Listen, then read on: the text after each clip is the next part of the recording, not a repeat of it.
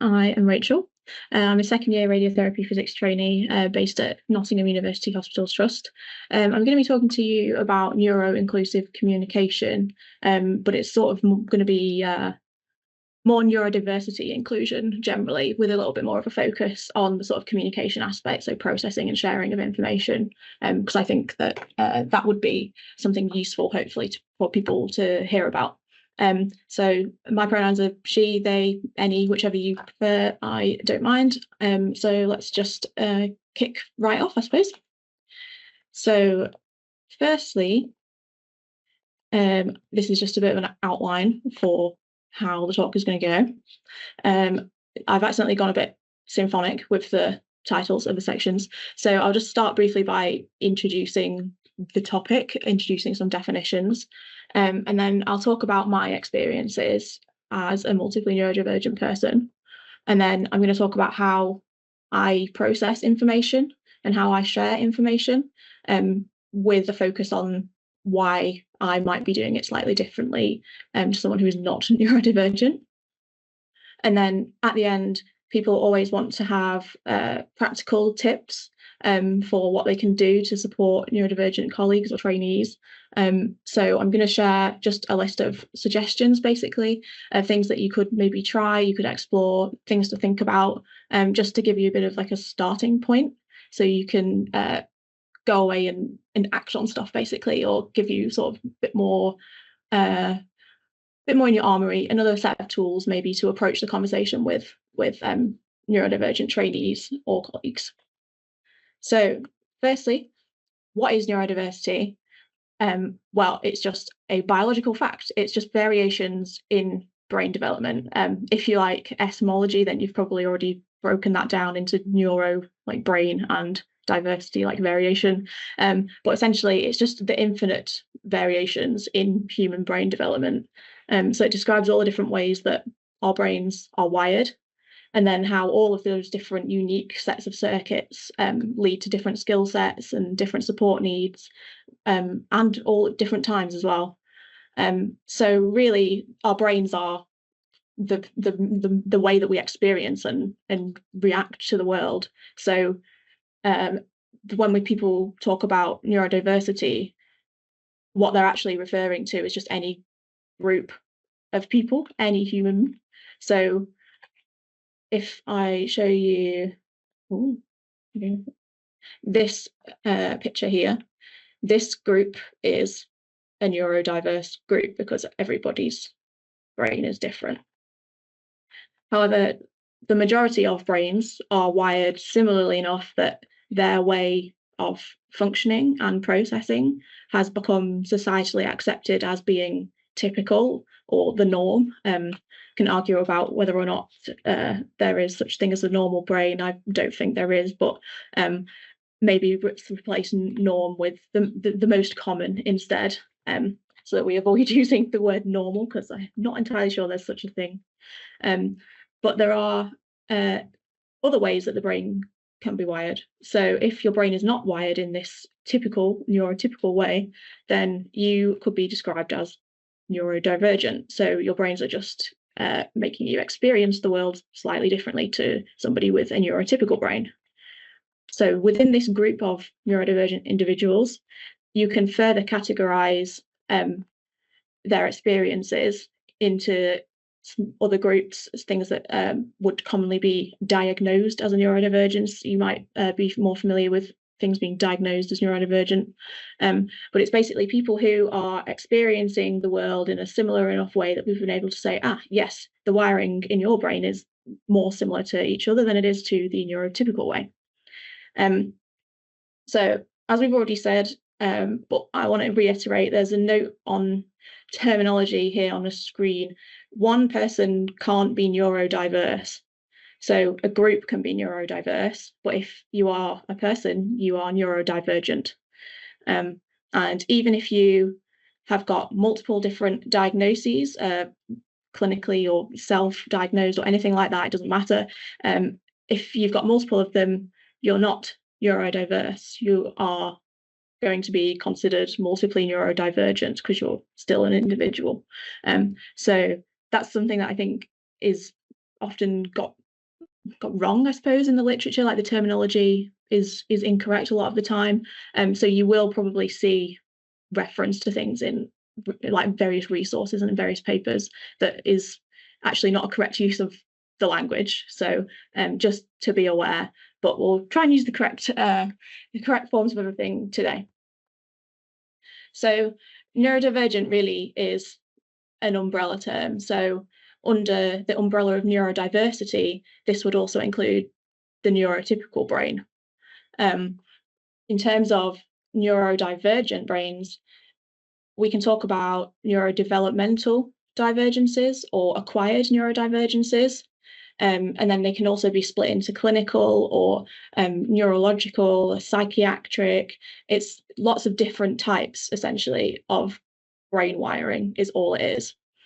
So you might have heard of some of the clinical diagnoses of those, let's say, on this graphic here. I think probably people are most familiar with things like ADHD or autism or some sort of sensory processing difference, perhaps dyslexia, and also things like anxiety and depression. They can also be considered neurodivergence.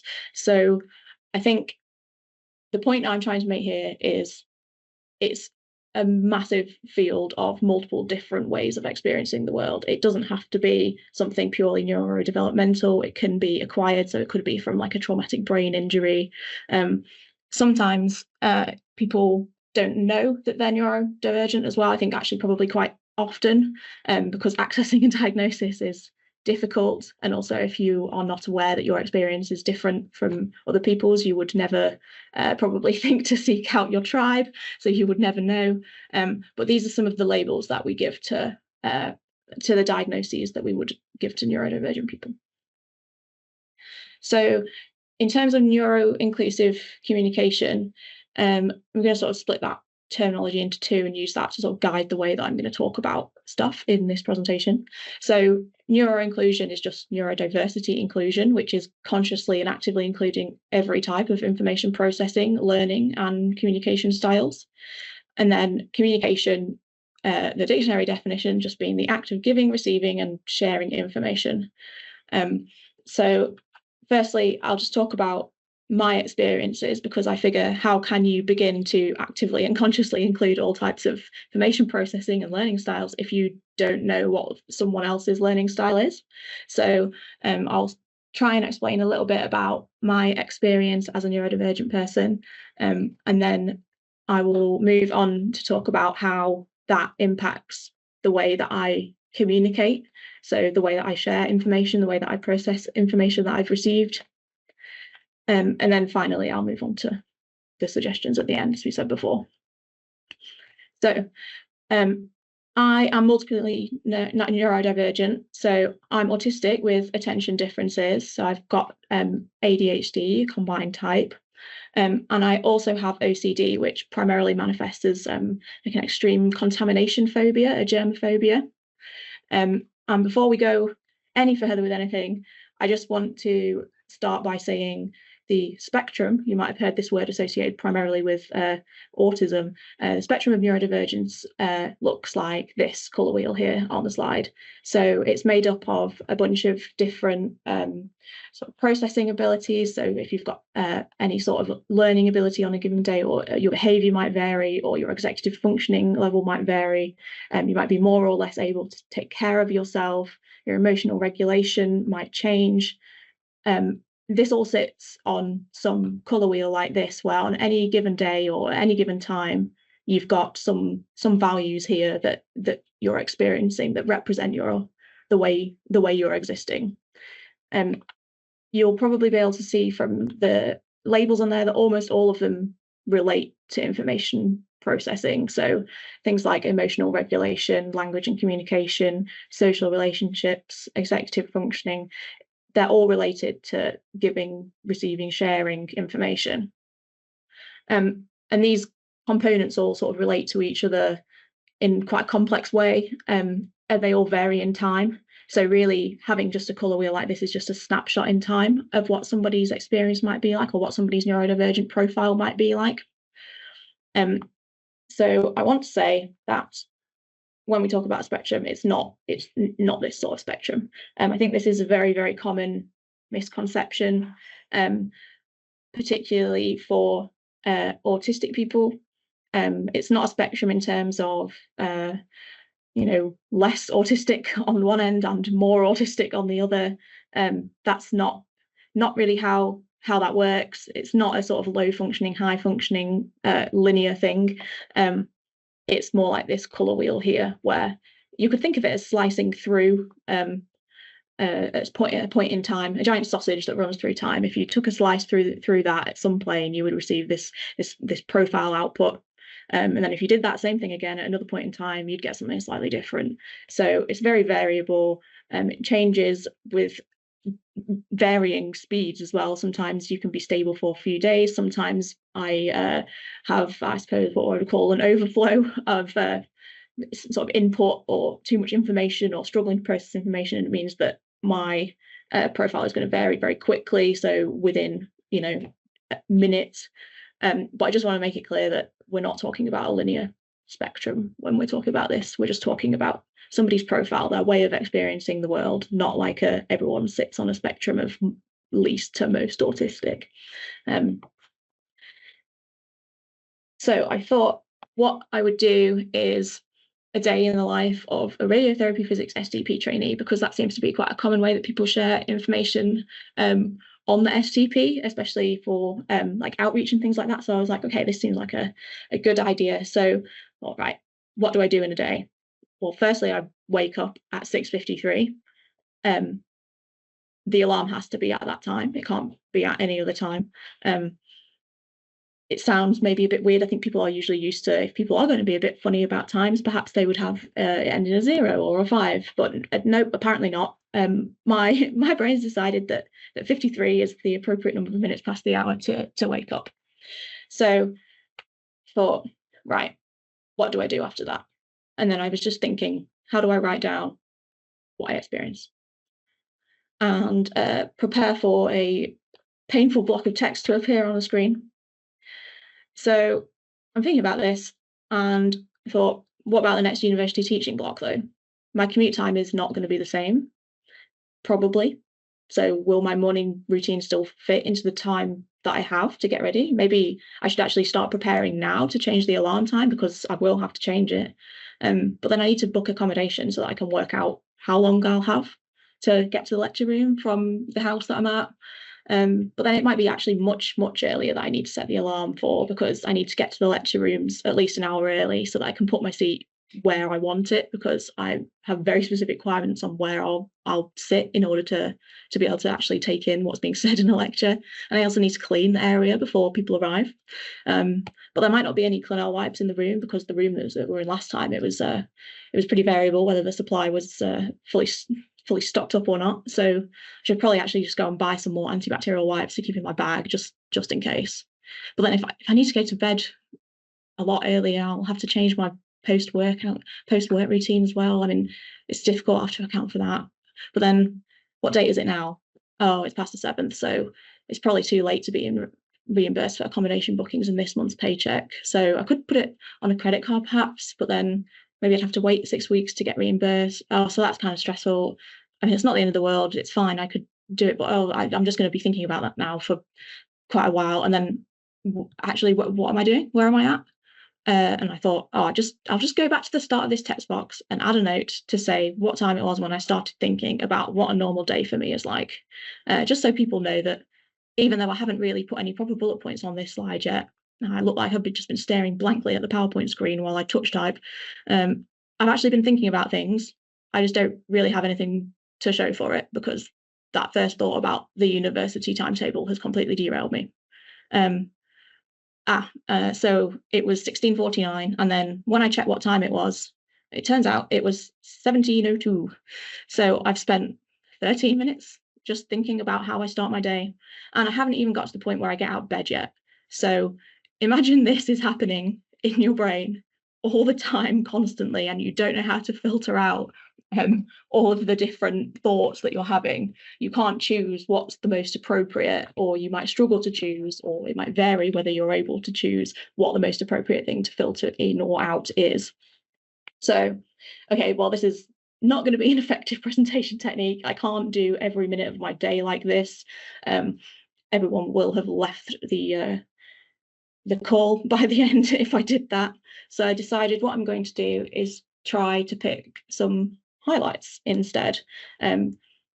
Not sure if highlights is the most appropriate word, but basically some things that I think are probably common to a lot of people's experience as a neurodivergent person, that it would be nice if people were a little bit more aware of, and also would be more being aware will make them more able to provide adjustments or to suggest things that you could try to make your workplace more accessible to everybody. So here we go. I decided what I was going to do was traveling to work, actually working in like a shared office space, difficulties planning my own time, issues with regulating my attention and focus, using communal equipment, and then parsing language, whether it's like spoken, like someone says something verbally to me, or if it's written down. So with the biggest caveat that this is based on my experiences, so no two people are alike, never mind no two neurodivergent people are alike. So this is purely from my perspective. I think it's going to be common to many people's experience, but I just want to make sure that everyone's aware before we kick off that I'm speaking about myself. So if you're not sure, the best thing to do is to just ask people. So bearing that in mind, and I'm also not going to be saying, oh, I do this because I'm autistic, I do this because of the ADHD, oh, the OCD means that I do things like this, because I don't think it's useful to split things up that way. It's also not always possible. Everything is very interactive, and it's kind of like multiple compounding factors and things at once. So it's not practical or easy or useful, really, to separate these things. I am me, this is how I am. So regardless of the reasons why, this is what it is. So I'm not going to be saying things specifically about, an autistic person might find this hard, because, there's people who aren't autistic who might also find it hard. So hopefully I haven't laboured that point too much. Firstly, I talk about travelling to work. So I figured the best way that I could think of to explain this was to use this sort of bucket analogy, where I've got some baseline, some amount of water in the bottom, and the bucket is representing the cost of an experience and my ability to self-regulate. So the cost just means the impact on my profile on that colour wheel that we saw before. So I get the bus to work. I think the work commute probably has a higher cost for a lot of people than you might realise. So the sensory experience is a bit of a wild one. So first and foremost, the bus is typically late. It happens a lot of days, but it still throws me off every time. So the schedule that I have in my head for the day is already kind of ruined.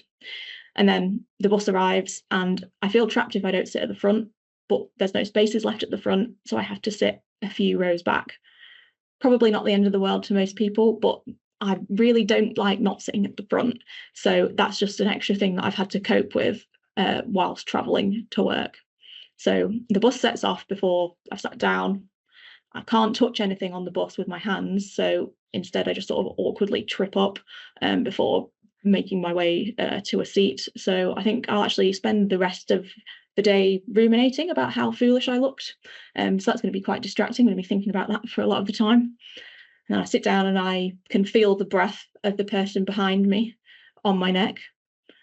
And I can just think, all I can think is germs. Germs are being transferred onto my neck and they're dripping down my spine, and I can feel things crawling on my skin. So I sit there and I try not to panic. So I'm having to regulate myself already. Someone on the seats across the aisle has clearly had a very garlic-infused tea last night, and I really want to cover my nose because the smell is not pleasant to me, but I don't want to look weird or rude on the bus. But then if I don't block out that sensory input, then it's just going to reduce some aspect of my functioning ability later on. So I haven't even got to work, and I've already had to expend a significant amount of energy on processing all of the various sensory inputs that I've experienced while on the bus just to get into the building. I think also my ability to cope with what happens when I'm on my bus journey is very, very dependent on what is planned for my day. So if I'm stressed about something that might be happening later that day, or if I know there's something that I'm going to struggle with, or that might be something that doesn't have clear expectations set for it, that's the sort of thing that will really sort of fill up my baseline level so that I've got even less room before I get to like an overflow state in this self-regulation bucket. So that goes in, and then I end up with a little bit more liquid in the bucket. So then when I get into the office, this is another thing that maybe people would not necessarily think about, but the office sensory experience can also be a bit of a roller coaster ride. So there's loads of sounds. I can hear the lights if they're on. I mean, I've got my camera off at the moment, but so you can't see, but I'm actually sat in the dark. I don't have the lights on. I don't like having the lights on because they're too bright and they give me a headache very, very easily. I'm already looking at a screen all day and I don't want any more artificial light. And also I can hear the electricity. I can hear the horrible fluorescent bulb things in them. There is loads of different smells. So there's a window so I can smell outside if that's open, especially if it's been raining, you can get the smell of rain on like patio stones. That's what I can smell. Any food that anyone's brought in, if someone's having like a particularly flavored tea, like a herbal tea or something like that. Obviously, everyone likes to have a little brew when they're at work, but some days the smell of even just like a nice peppermint tea or something can be too much of a sensory experience for me. So there's loads of things going on around me. Even though there's only a handful of us in this office, it's still quite a stressful situation to navigate. So I also think that the setup that your desk is in makes a big impact on your ability to work, I think for everybody, but maybe particularly for neurodivergent people. So I have to sit with my back against a wall. I can't sit in an open space because I just can't work. I can't come out of sort of panic zone if I'm like that. And I have to be able to see the door. So I've had to swing my desk around a bit of a funny orientation at work in order to make that happen. But that was fine. The people in the office just helped me move it. They were like, yeah, sure, that doesn't bother us, so we'll just help you move it around. So that was really nice. So at least I've got my own space. I've got it set up how I like. I've got comfortable equipment. I have decent screens and a decent chair. So I'm feeling pretty physically comfortable. The only other thing really is temperature. I have very poor temperature regulation abilities, and also the room temperature can impact me. So sometimes I don't realize that I've got too hot or too cold until it's kind of too late to sort of stave it off. So you might open a window if you can feel that it's getting warm so that you don't overheat. I'll just overheat. Or you might put another layer on if you feel like it's getting cold. I'll just get painful fingers while I'm typing because my hands are freezing and I haven't noticed.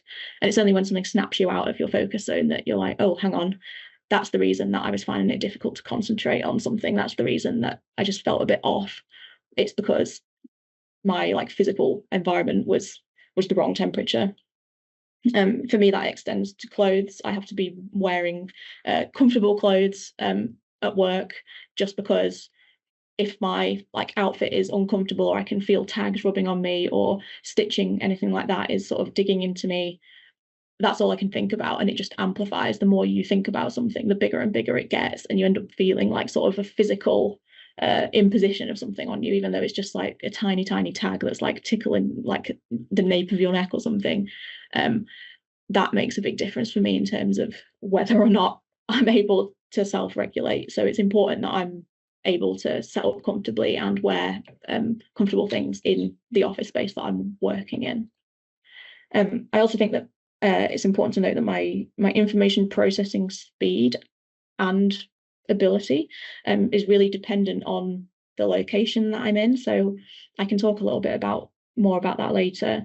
But in order to be able to work properly, I need to be able to take information that's given to me, parse it, process it, and do something with it. But I can't do that if I'm in a location where the lights are horribly flickering. the electricity is really loud. There's lots of people around me. There's loads of smells going on. You know what I mean? It's just one of those things where you might not think about it if you are not neurodivergent, but the tiny things that can happen, that can just be in a room, I'm actually noticing all of them and having to individually deal with and process each one and decide, okay, I'm going to be able to filter that out by doing this. Okay, I need to change this. And it's very exhausting. So that's another thing that just adds liquid into my bucket. Planning my time is something that I've had to practice at a lot. I'm quite independent now, I would say, in terms of deciding what I'm doing in my timetable for the week, but I do still require help from my support worker to plan my timetable. I also find that I have varying ability to deal with like open-ended or prescribed tasks. So something where it's just like, you need to do this thing and this is the output, and then you just need to tell me what the output is, and that's it, the task done. Like, okay, well, that's very, very specific. I can go and do that. Whereas open-ended things, sometimes I don't want something open-ended. Sometimes I can't deal with having sort of an unanswered thing where I'm just investigating what happens.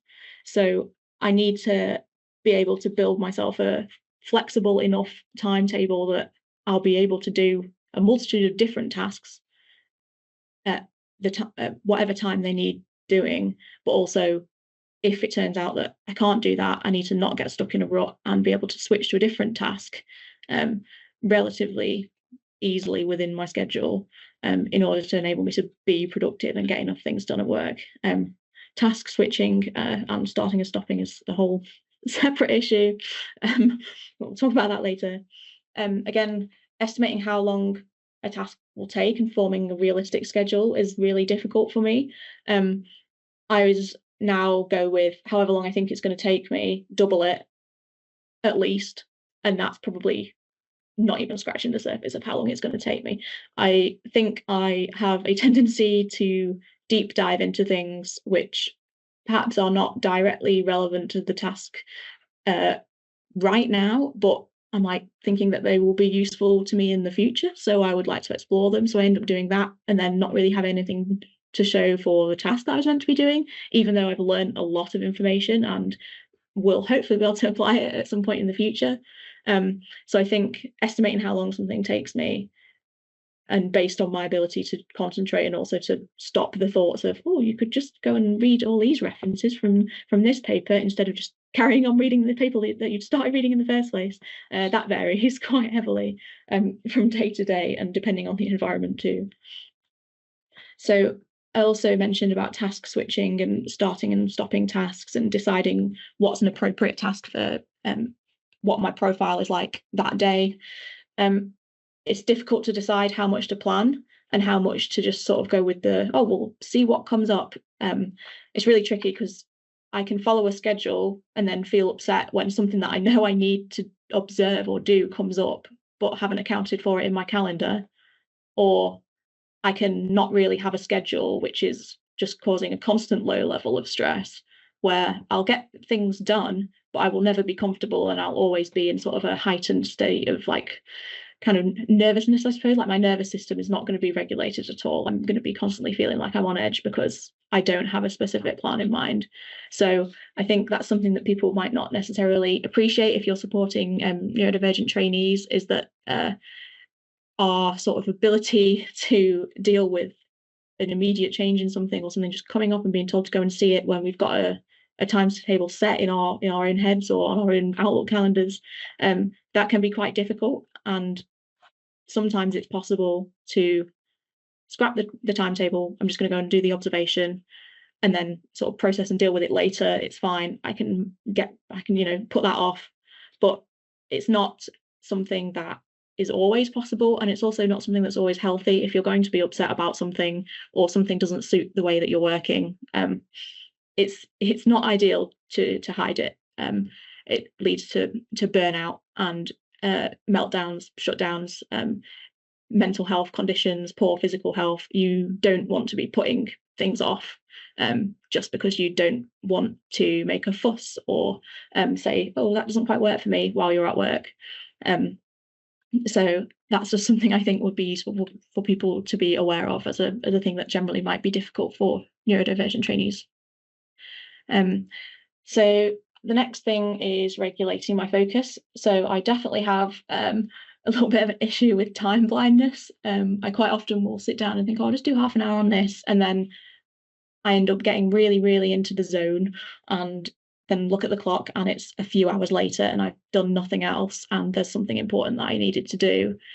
So I think having a way to check in with your colleagues, your trainees, even if it's just between trainees in the office, sometimes that's useful to just have something scheduled where it's like, okay, we're all going to just work for half an hour and then we're going to have a 5-minute break and then we're going to work for half an hour again, and just sharing what you're doing that day with the people that are in your office, just telling people what you're doing. It just gives you some external accountability, I suppose. That's what I find is quite helpful for me. So I think the sort of time blindness and getting really, really involved into a specific task for me comes from monotropism, which I don't know if this is a commonly understood thing, but it's essentially you can think about it as like the tendency for your interests to really pull you in really strongly. So the way that I would think about monotropism is that my interests will pull me in more strongly than someone else's would pull them in. So it's kind of a way of thinking about all these different things that I'm having to process at once. Once I've latched on to one thing and decided, that's one out of all the other things, so I'm going to just focus on that.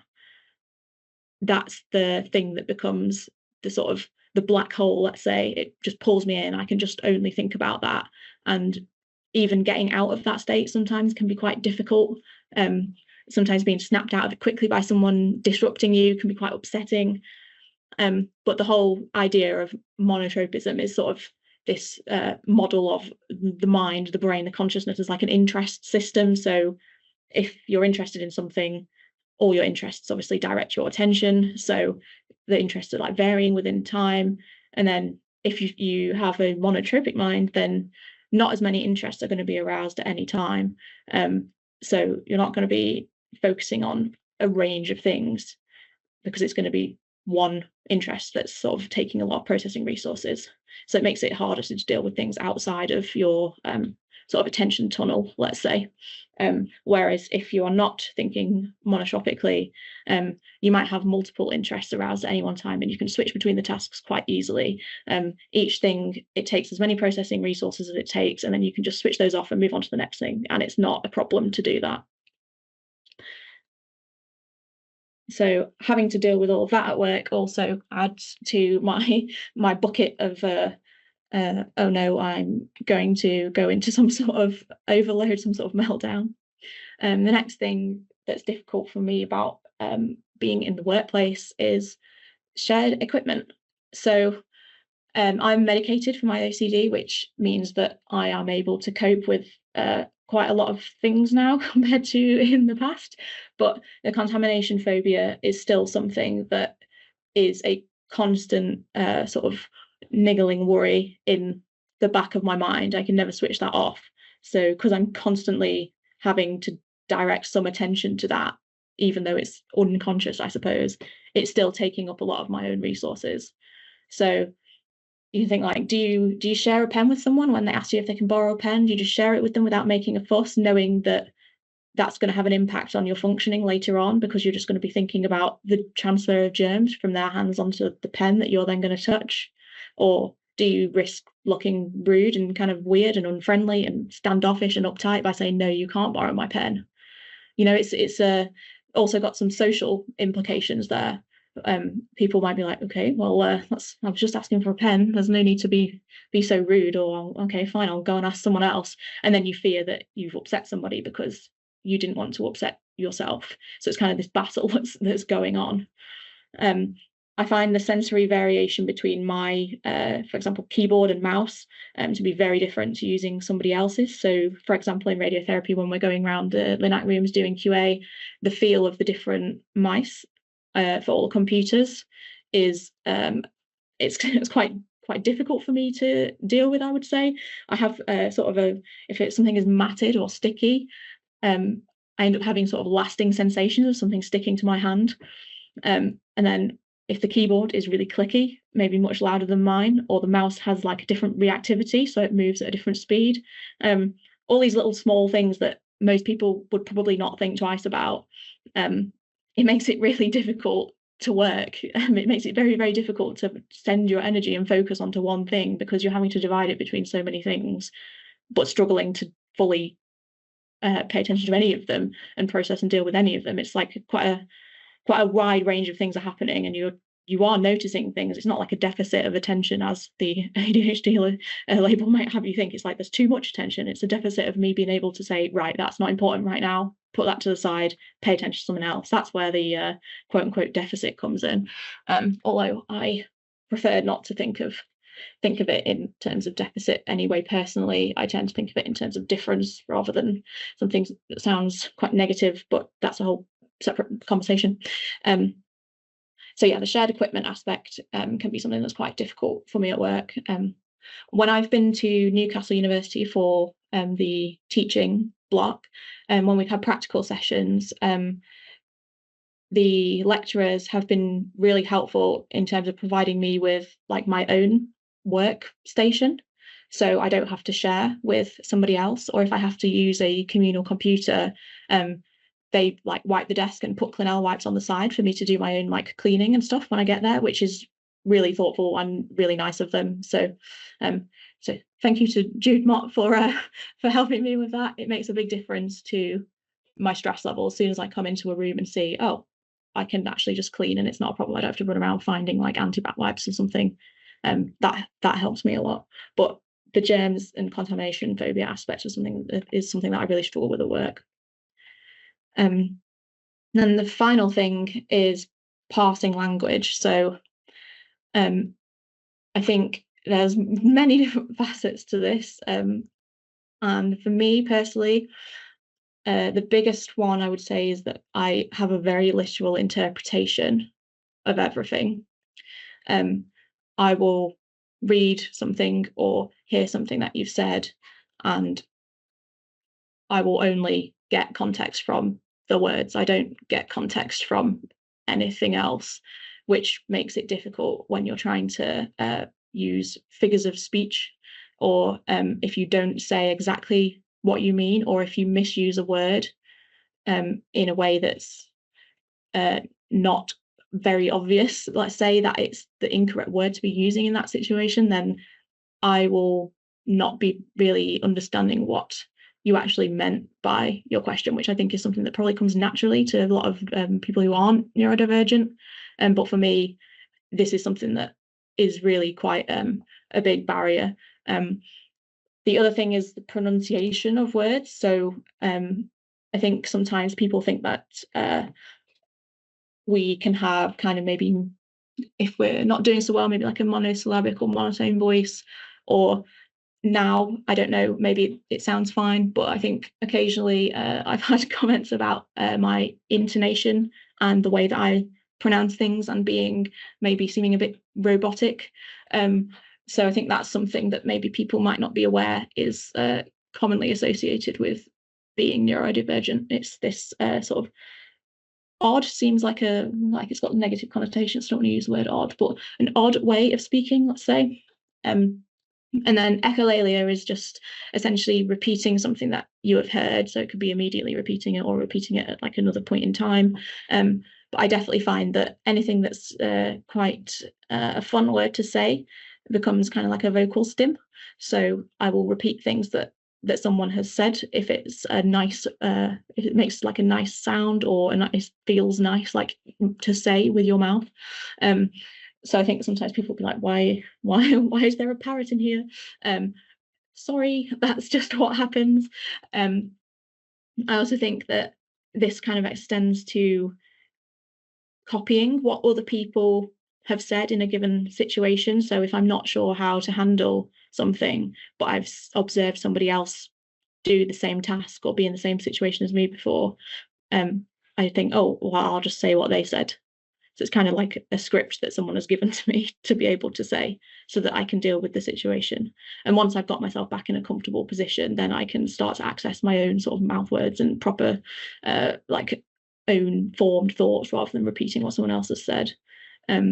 But that's something that I think is useful for people to be aware of as well. You might think, well, I've seen that written down somewhere, or someone said that to me last week. And it may be that someone indeed said that to you last week, and I have just heard it. And now I'm repeating it because that's how I know how to have this conversation, or how I know how to explain, X thing. So all of these things are just going into the bucket. So at some point, it's going to end up overflowing unless I've got some sort of adjustments in place that will help me self-regulate and help me manage my environment. So the next section, I just want to talk about how my neurodivergent impacts the way that I process information. So in terms of language, a hypothesis that I really subscribe to personally is the autistic pragmatic language hypothesis. So it's referring to the monotropic way of processing things again. So polytropic versus monotropic, where polytropically people process things in a way that is less detail focused, so they can split their attention, they can see the bigger picture, but not necessarily all of the detail. Whereas, so you might like parse sentences as a whole, perhaps, and the context can be got from the words, but also from where you are, from tone, from body language and things like this, from who is asking you. Whereas for a lot of autistic people, and for me, definitely, I'm processing things monotropically. So I see very fine details. I process things at the word level, like individual words. So the context is only from what is written down or said to me. It's not from anything else. I think this sort of concept of sentence level versus word level processing is where a lot of confusion comes in between sort of autistic learners and non-autistic learners, or just neurodivergent learners and non-neurodivergent learners, because there's sort of a breakdown in understanding of how somebody might be interpreting something, because you don't necessarily see alternative ways for someone to process it. So that's something that is a very interesting hypothesis that if anyone wants to read more about, I will put like some resources on a slide at the end, so that if the presentation is available, which I think it will be, you can read more about it, because I think this is a really, really interesting hypothesis. So an example of this, I thought I could go and find something from my university where this sort of thing had happened to me. So I wanted to ask a question about something that came up in a quiz. And the question said to name 3 international standards organisations in full. And I said one of these international standards organisations was the European Committee. And apparently that is wrong. That was marked incorrectly on the score on the quiz. But I Googled what international means. I even told them in the email that Collins Dictionary, Cambridge Dictionary, and Merriam-Webster Dictionary said it means multiple different nations, or between different countries, involving more than one country. And Europe's made up of more than one country. So actually my answer was right. So why has it been marked wrong? And then when I asked my holistic partner, so my non-autistic partner, for help, he said that, no, that's not what they mean. They mean global, not international, like international, which was kind of mind-blowing to me. I can sort of see it like that, but I would never have thought that that's how you would process something, that's how you would read something, because that's not what the question said. So as you can see, I've sent this long email to the poor lecturers, but tried to turn it into something that was sort of drawing attention to the fact that people like me might be processing things slightly differently. So hopefully this serves as a good example for people about the literal way that I can process things, and the way that I will think about what each word means and answer something, or answer a question based on specifically what each word means and what you've said there, not what you meant to say. This was also difficult to do without sharing the university coursework, but here's an example of one of the university courseworks from the first year of the clinical sciences degree. This is me just parsing what the questions are asking. This is like my notes about what does this mean? Should it be this? What does that word actually mean? And just imagine that everything anybody ever says to you or anything you ever read, this is going on in your brain. It's absolutely exhausting, purely because the way the questions were worded were unclear. And it's something that could be quite easily fixed. So paying attention to the way that you phrase things definitely impacts how I will process them. So I don't know if anyone's heard of the double empathy problem, but it's just a framework that helps explain the breakdown of like social understanding and communication between autistic and non-autistic people. But it's a two-way process. People will talk about how autistic people might be, let's say, they might be misreading social cues, for example. But non-autistic people will not understand my mental state or my intentions or my behaviors just as often as I might miss a social cue. It's a two-way thing. It's not autistic deficits. Neurodivergent people don't understand how to communicate socially. It's a shared responsibility, right? If you're having a conversation with somebody, then it goes both ways. You both contribute equally to like misunderstandings.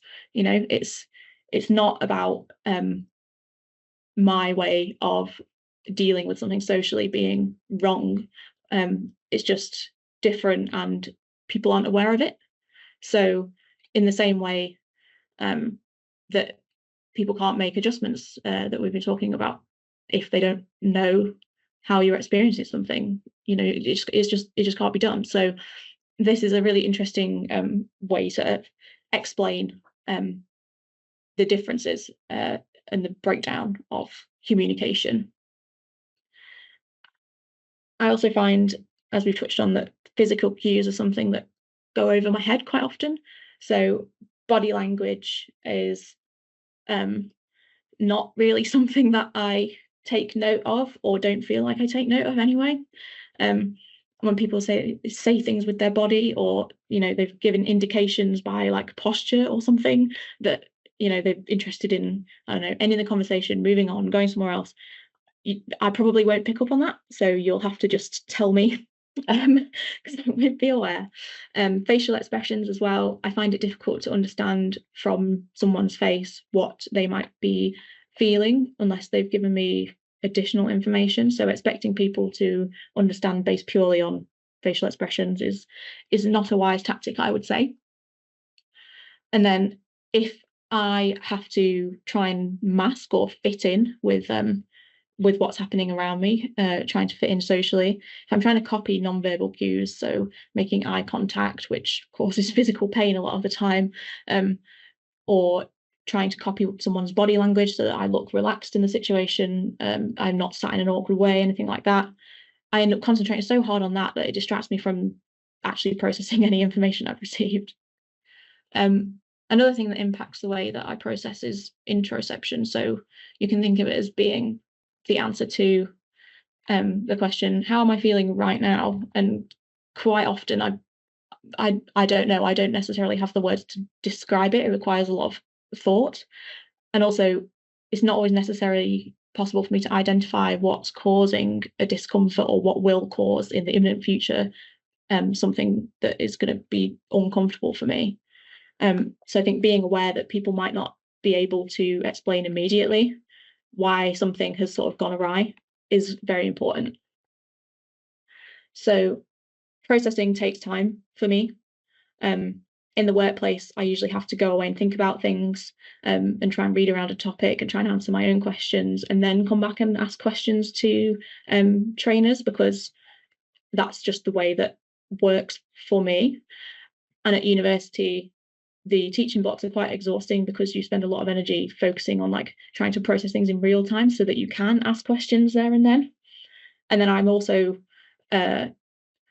potentially one of the more annoying traits that I would say that I have is I will ask repetitive questions until I get a satisfactory answer.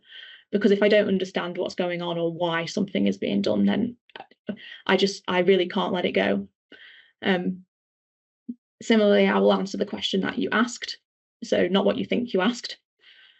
My processing ability and speed are dependent on the environment. So as I discussed in my experience before, it's difficult to manually control and filter everything that's being, sent towards me, so all of the inputs that I've been given. Access to speech and mouth words can vary. Sometimes speaking is physically painful. For example, if I've ended up having a meltdown or a shutdown, sometimes I will just lose access to speech. I think understanding that somebody's ability to verbally express how they're feeling or what a problem is not the only way that they could express something, because sometimes it's not possible to verbalize what is the actual problem or what you need. The impact of OCD is pretty thought consuming for me. It can be difficult to stop thinking about things and ruminating on specific situations that have happened. Also, it's really frustrating when you're struggling to identify what's a problem, or you're struggling to explain to another person. Even when I was trying to think about how to explain this specific point, all I could think of was feeling about an interaction, feeling self-conscious about something, overthinking it, thinking, oh gosh, I need to math to fit in. I really am struggling to explain to someone why this is so difficult, and I don't want to make a fuss. So I think this is kind of like a cycle that goes on. So for the final part, I just want to talk a little bit about how you can actually engage in neuroinclusive communication. So you want to make sure that you are designing things with inclusivity in mind, so universal design, and you want to create an environment physically that people are in, and culturally, like in your workplace, that accepts and celebrates neurodivergence and all neurodiversity as a group of human beings. You should celebrate the fact that we're a neurodiverse group of people. But I think particularly in terms of normalizing and making it standard to talk about neurodivergence in a celebratory way, in a positive way. So, okay, that's all well and good, but what do you actually do to do that? And I think that's the difficult part in a lot of ways, because it's hard as well to give prescriptive answers to a lot of things, because it's so dependent on what your role is or what training program you're on specifically, like what specialism. But here are a few of the sort of guiding principles, I would say. So listen to neurodivergent trainees and colleagues, actually ask them for feedback, make adjustments where you can, and regularly check in with trainees and review any adjustments that you've put in place. So in terms of practical things that you can do, for trainees who have disclosed to you, a training officer, that they are neurodivergent, start the conversation and just ask them what they need. It doesn't have to be in person. It could be over Teams. It could be by email. You could do it by Teams chat if you wanted. Just offer multiple options to just sit and have a quick chat, or a longer chat if they want, and just ask. Just start talking about it. As long as you're coming at it from an angle of wanting to help and understand, you can't go far wrong. I think sometimes people worry that they will say something wrong or do something wrong. But if you do say something that upsets someone or offends someone, you just apologize and say, well, thank you for the learning, and just explain, I'll not do that again. It's that simple. I think people are maybe too afraid of apologizing for saying something and apologizing for learning, whereas you don't have to apologize for learning. There's still loads of things that I don't know. Maybe there's things I've said here that you thought, oh, I don't agree with that, but that's okay. If anyone had a problem with anything, then they can tell you, and then you can apologize. And I think for trainees, if you haven't disclosed your neurodivergence for any reason at all, you don't have to. You can still get support even if you haven't specifically disclosed. So if you're like me and you love things that you can just adapt for your own use, like little scripts, say things like, you just drop an email to your trainer: I'm finding it difficult to balance X and Y, so can we chat about it? Or I feel like my office setup is really preventing me from reaching my potential, so can we just explore ways to change it so that it suits how I work? Or maybe you could just phrase it as asking for advice. So, do you know how to do this thing? Because I'm finding it a bit difficult. I'm not sure what to do next. So it can be very simple. It doesn't have to disclose anything or imply anything that you don't want it to. You can just ask for help. That's fine. For trainees as well, if you had something in the past that worked for you, like if you had DSA support at university, then let your training officers know. Join the neurodiversity network at your trust if you have one, so that you can find your tribe. If you need more frequent meetings with your training officer, then just ask for them, and make sure that you actually make the most of the check-in meetings. Make sure that you confirm what you should be focusing on over the next however long, because otherwise you're going to end up feeling like you're stuck in a rut and anxious about what to do next, because if someone hasn't specifically communicated a task to you and you don't know exactly what you're meant to be doing each day, you can, if you find that sort of thing difficult, you can end up being in a rut. So you can just check in and just ask. So make sure that you do make the most of those meetings, is what I would say. And then for trainers, tell trainees about the work environment in advance.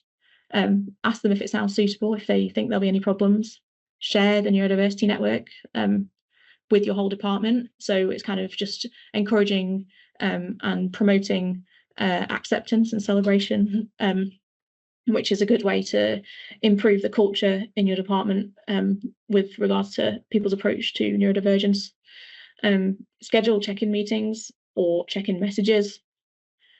Also, you can just reassure trainees. A lot of the problems, I think, arise because of anxiety. So you can just say that if something doesn't work, it's fine. We'll change it. We'll try something different. And just let trainees know what to expect. Setting expectations is so important.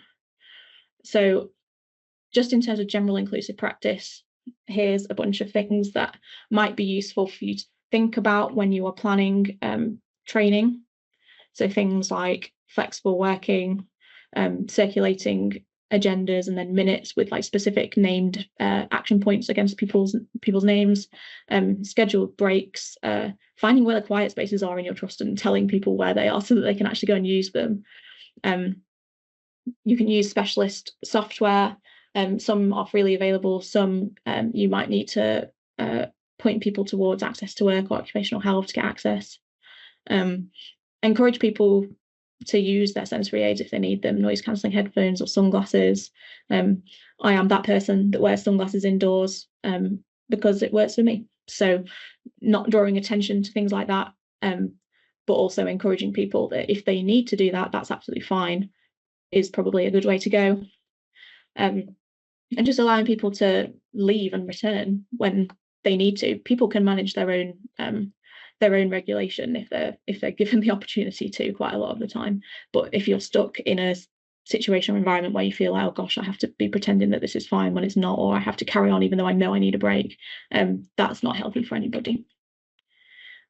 So in terms of combating anxiety through neuroinclusion, I think anxiety is something that is the root of many problems, especially when you're first starting the STP, because everything is new and you don't know how accepting people will be about your neurodivergence. So you don't know if you're safe in that environment. So you might not ask for help immediately.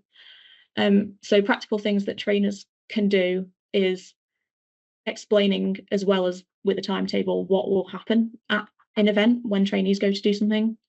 Explain exactly why something is done a certain way.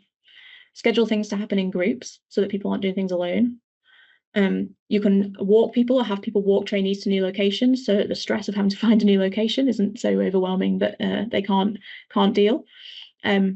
Provide examples of previous work is a big one. I think people might struggle knowing where to start when they haven't seen anything before. So if that's suitable and appropriate and possible, perhaps sharing other trainees' work with new trainees might be useful.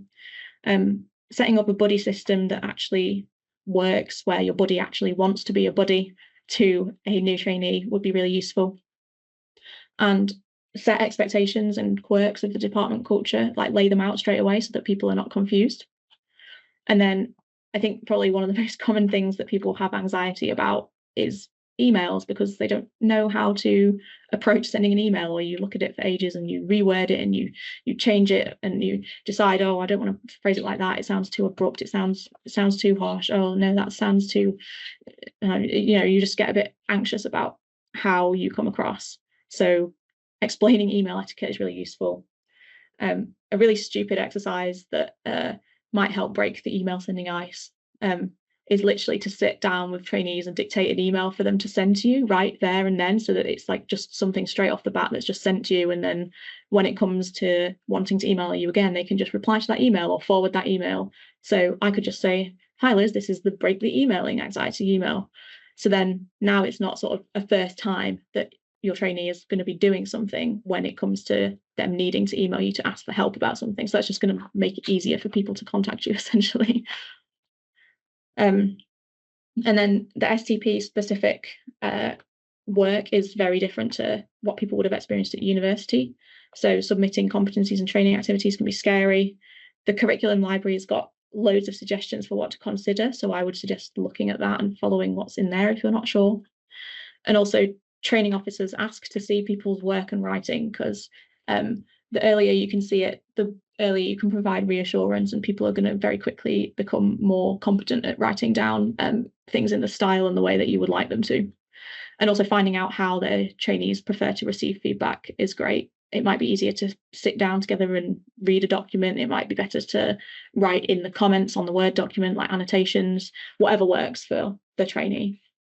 If deadlines are useful, find out if they are useful or not, and then try and set internal interim ones if that's going to be something that's useful for your trainee, providing them with some external sort of motivation to get things done, because sometimes you do need a bit of a push. And then DOPS and OCEs, I think people won't necessarily have experienced anything like this before. So, for example, I did an OCE recently, where it was a mock clinical scenario, and it was really useful and I learned a lot, but the setup did not work for me. It just felt awkward. I was uncomfortable. I didn't get to showcase everything that I knew. It just felt strange, like essentially acting. And I didn't get to show how good I am with patients. I've not been able to showcase what I can really do. So it didn't work for me at all as a setup, but I had to try it to know that it didn't work.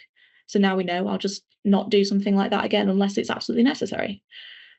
Similarly with DOPS, I think loads of practice runs. And then you could even count one of the things that started out as a practice run as the actual assessment after the fact. That's still okay, as long as the person has been observed doing the thing. I don't think it needs to be made a massive deal out of. It's like, oh, very scary, someone's going to come and watch you do something, because you know what it's like when someone's watching you, suddenly you just forget how to do everything. So I think creating an environment that's a bit more calm and relaxed and chill is going to be really useful for helping trainees not be so anxious about these sort of STP specific assessments. The last couple of slides, I just want to say about allowing processing time. I'll not cover every single point that's on these next few slides, because we can distribute them and you can look at the suggestions for ways to word things. But just allowing people to come back to you later on and say, actually, I've changed my mind. I thought I understood it at the time and now I don't, or I thought it was a good idea, but now I've tried it, it doesn't seem to work, or I don't think I'm going to be able to do that. Can we do it this way? So allowing people time to think about stuff before saying, any questions? Okay, no, see you next week with the results then, is a good approach. Similarly, if you want to know something specific, ask something specific, because we might struggle to voluntarily reach out or offer you information if you don't ask about it. So for trainees, if you start to dread supervisor meetings, or you start worrying about not having things to show, or you're embarrassed about, as I was, about sharing your write-ups for the training activities, it's time to ask for help. And you can approach your training officer and ask for a really relaxed, informal meeting to talk about it. So I think that's basically everything that I wanted to say. Hopefully, you've got a bit more of insight into what my personal experience is as a neurodivergent person on the STP. And hopefully it's kind of been useful, hopefully give you some more tools to implement in your departments or ways to start the conversation.